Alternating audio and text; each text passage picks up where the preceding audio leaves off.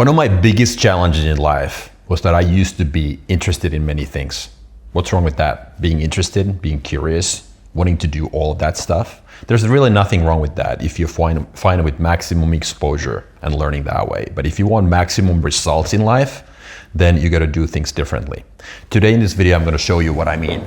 So if you're one of those people who has 15 things on his or her plate every morning and you wonder, okay, well, I don't know how to prioritize. I'm deeply interested in all of these.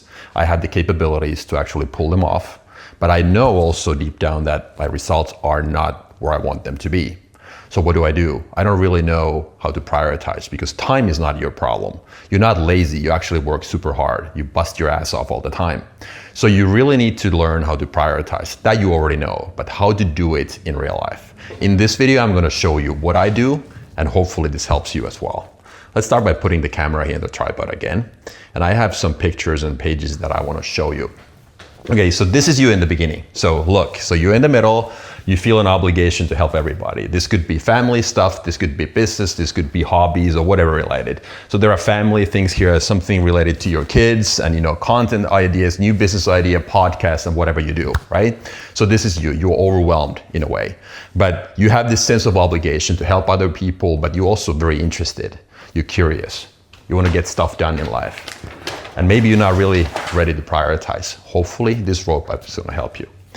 You have two options. Life is about making decisions. You can't have both. You can't have everything. It's all about making a trade-off, a compromise. There are no solutions. Remember that.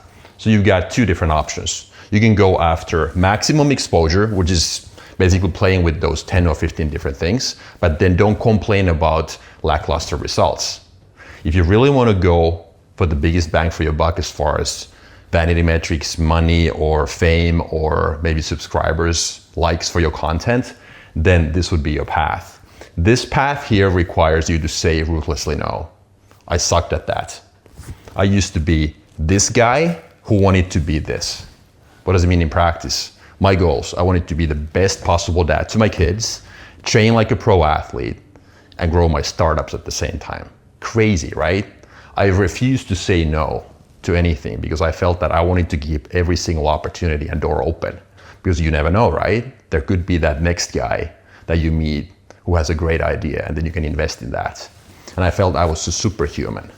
So super naive and ridiculous now after the fact.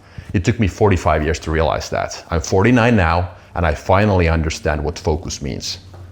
Okay, and by the way, there's nothing wrong with either or, but you can't have both. That's the point.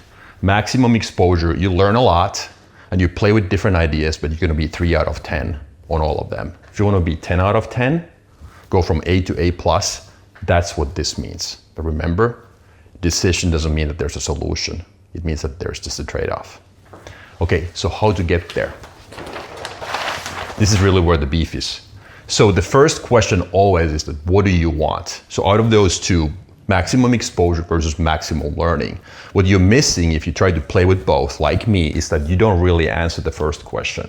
Because the first question in life always is, what applies to me? What is that I truly need in life? Not my neighbor, not my friend, or not my relatives. Do they want me to be a lawyer or a doctor? It does not matter.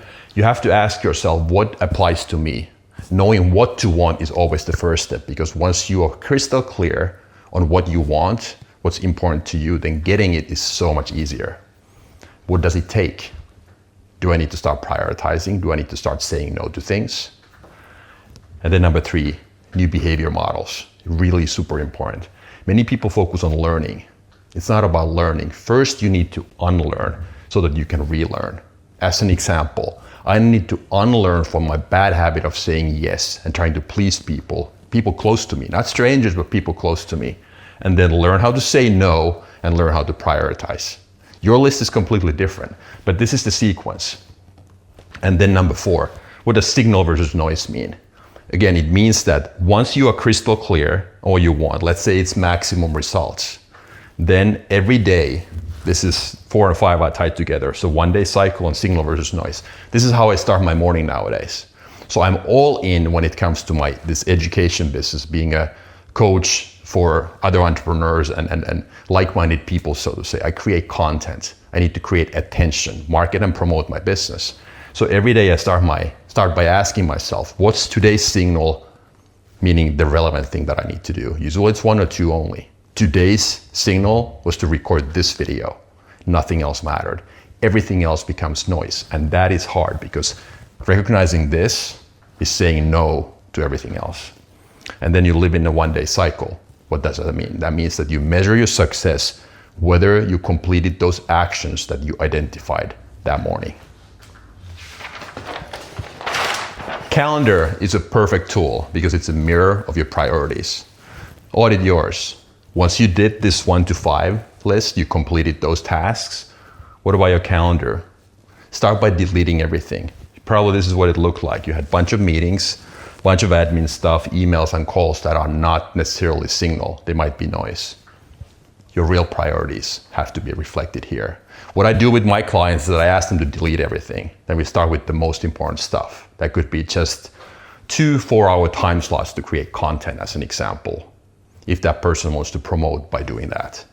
And then that's it. That's the only thing we put on the calendar. Then we repeat that for 3 to 4 weeks, so it becomes a routine and a standard, and then we introduce another item.